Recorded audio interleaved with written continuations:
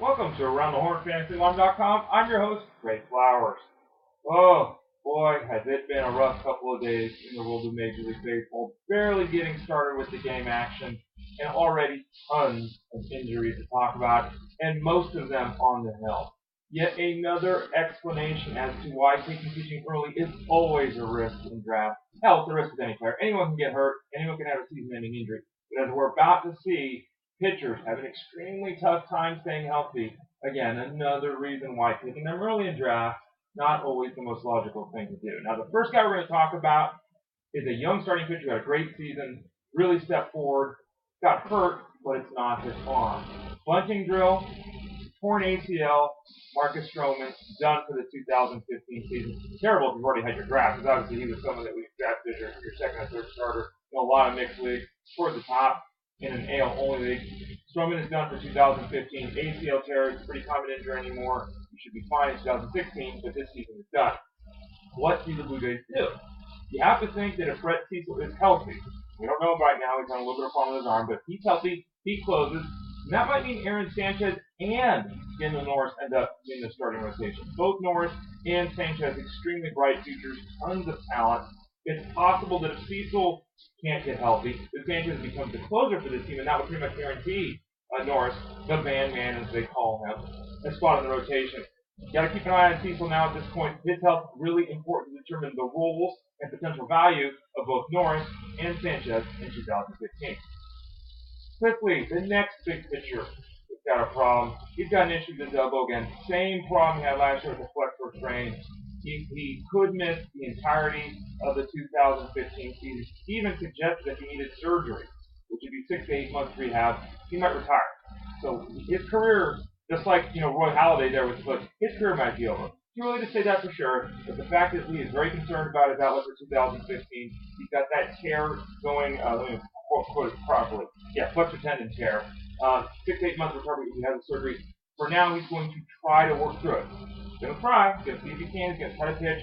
If he can't work through it, his season will be over and potentially his career. Another pitcher whose season is over. You're getting the theme here, folks? Another pitcher whose season over. Yeah, you Darvish. Well, okay, not officially. We don't find out until Wednesday, but all reports seem to suggest that he will undergo Tommy John surgery. Now, Darvish, long been on my watch list of a guy that you'd be wary of. Lowered our rankings at Fantasy Alarm than most people have. FantasyAlarm.com/winning. If you want to pick up a copy of that draft guide.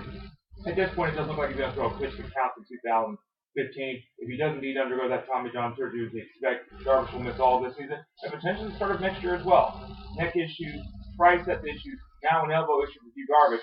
Very interesting what his future might hold.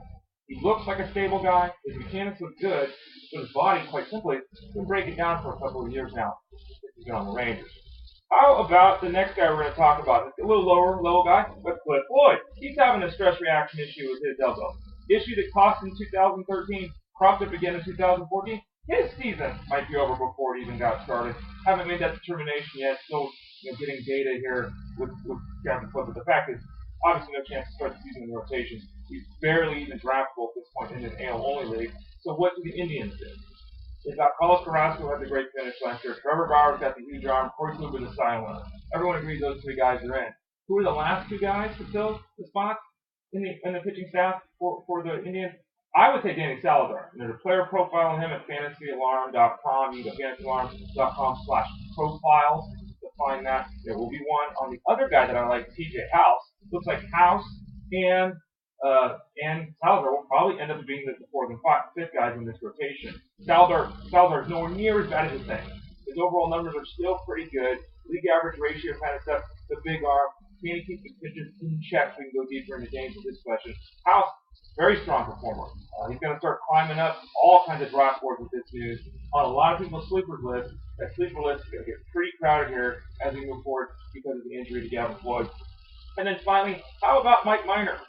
Yeah, Mike Minor. He's having issues. Now, it's his shoulder. They're going to shut him down for 2 weeks. Rotator cuff inflammation. We don't know how long he's going to be down. Obviously, he's not going to be ready for the start of the season for the Braves. Only threw 145 innings last year, and the area in the 4.7s, a whip of 1.44. He, too, struggling to stay healthy, trying to make his way back on the field for the 2015 season. I'm tired just talking about it. Watch out for the pitching, folks. It is going down like crazy. We barely started spring training action. Ray Flowers, FantasyAlarm.com, Around the Horn.